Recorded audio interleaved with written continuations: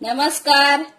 आज आपण मखाण्याची खीर बनवणार आहोत. त्याच्यासाठी मी ते मखाणे असे कापून घेतलेले आहेत तुकडे करून, कारण ते दुधामध्ये मग फुलतात ना भरपूर म्हणून.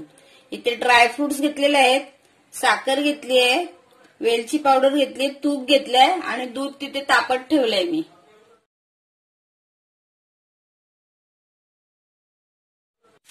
आता मी इथे कढई तापत ठेवलेली आहे. त्याच्यामध्ये आता मखाणे आपल्याला भाजून घ्यायचे. थोडंसं तूप घालायचं त्याच्यामध्ये, थोडंसं घालायचं किंचित, कारण ते नरम असतात ना, त्याच्यामुळे आपल्याला थोडेसे कुरकुरीत करून घ्यायचे. ते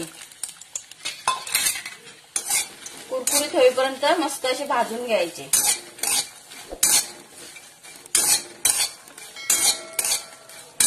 तर मी भाजून घेते त्यांना कुरकुरीत होईपर्यंत. हे बघा आता मस्त कुरकुरीत झालेले आहे. मी त्यांना आता काढून घेते.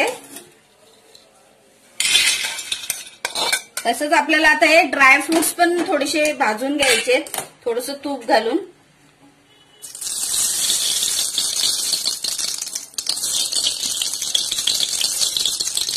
खीर ही पौष्टिक असते, बनवून खायचे चांगलं असतं ते मखाणे.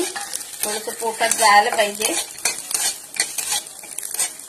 ड्रायफ्रुट्स पण असे थोडेसे मस्त भाजून घेते.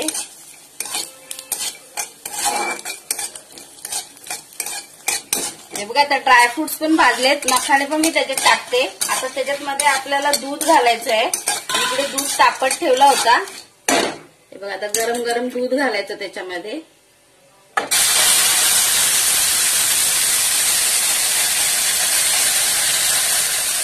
मी पूर्ण अर्धा लिटर दूध घेतलेलं आहे.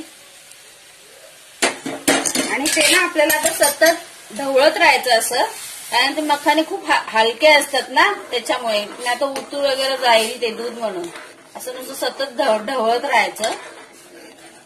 थोडंसं दूध घट्ट होईपर्यंत. आणि गॅसची फ्लेम स्लोच ठेवायची.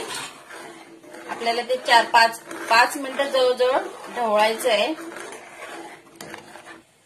आता आपण तरी बघा मखाने कसे मस्त शिजलेत. आता आपण साखर घालूया त्याच्यामध्ये.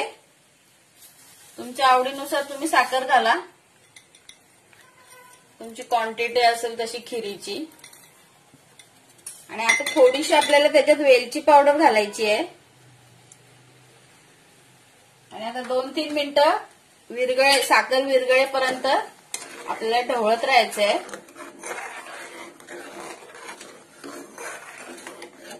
मग आपली खीर तयार होणार आहे. ही खीर तुम्ही उपवासालाही खाऊ शकता, एवढी छान बनते साबुदाण्यासारखी. याच्यात तुम्ही साबुदाणे देखील मिक्स केलेत ना तरी छान लागते खीर, दोन्ही मिक्स करून बनवलेत तरी. आणि सतत असं ढवळत राहायचं, नाहीतर ती लगेच उतू जाते, कारण मखाणे खूप हलके असतात. बघा आता खीर तयार झालेली आहे, मस्त घट्ट पण झालेली आहे. आता मी त्याच्यावर थोडंसं तुपाची धार टाकते, कारण आपण तुपाचा वापर केलेला नाहीये तिच्यामध्ये ना जास्त, फक्त फ्राय करायला गेलेला आहे. बघा आपली खीर मस्त तयार झालेली आहे. आता तर माझ्या रेसिपीज तुम्हाला आवडत असतील तर मला नक्की सपोर्ट करा. थँक्यू.